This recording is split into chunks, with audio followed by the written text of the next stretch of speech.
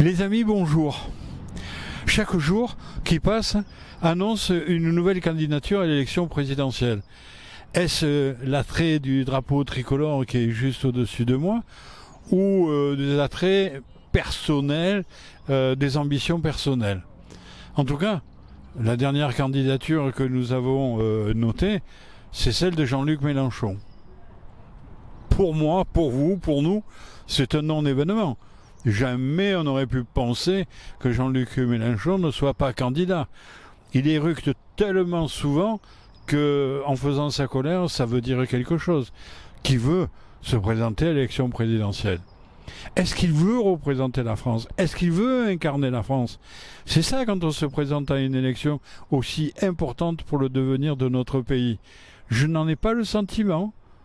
Pas avec quelques amis, nous en avons parlé. Nous n'avons pas le sentiment.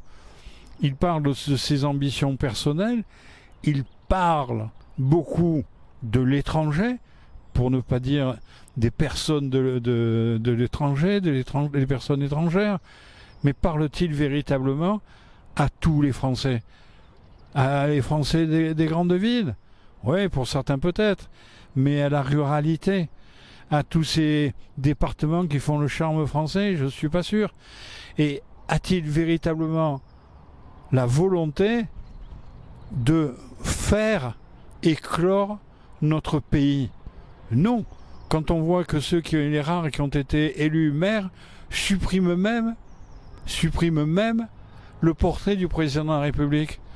Vous imaginez si en France, si un jour par malheur il était élu, il y a 30 000 maires qui suppriment le portrait de Mélenchon dans les communes, ce serait la révolution.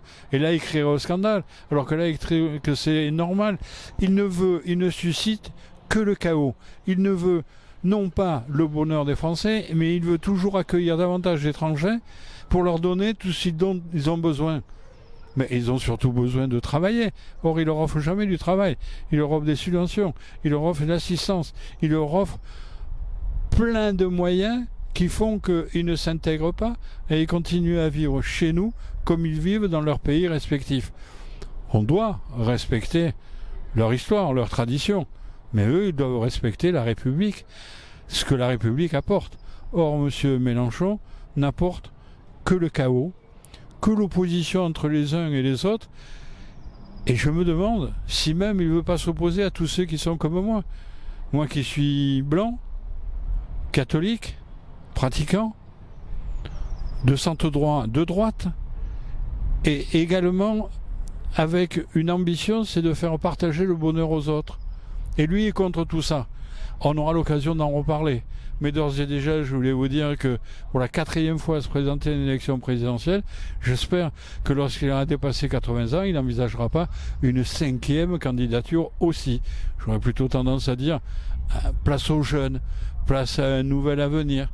Mais il paraît que dans ces partis politiques-là, le fait d'être ancien, d'être vieux, leur apporte une certaine autorité de sagesse.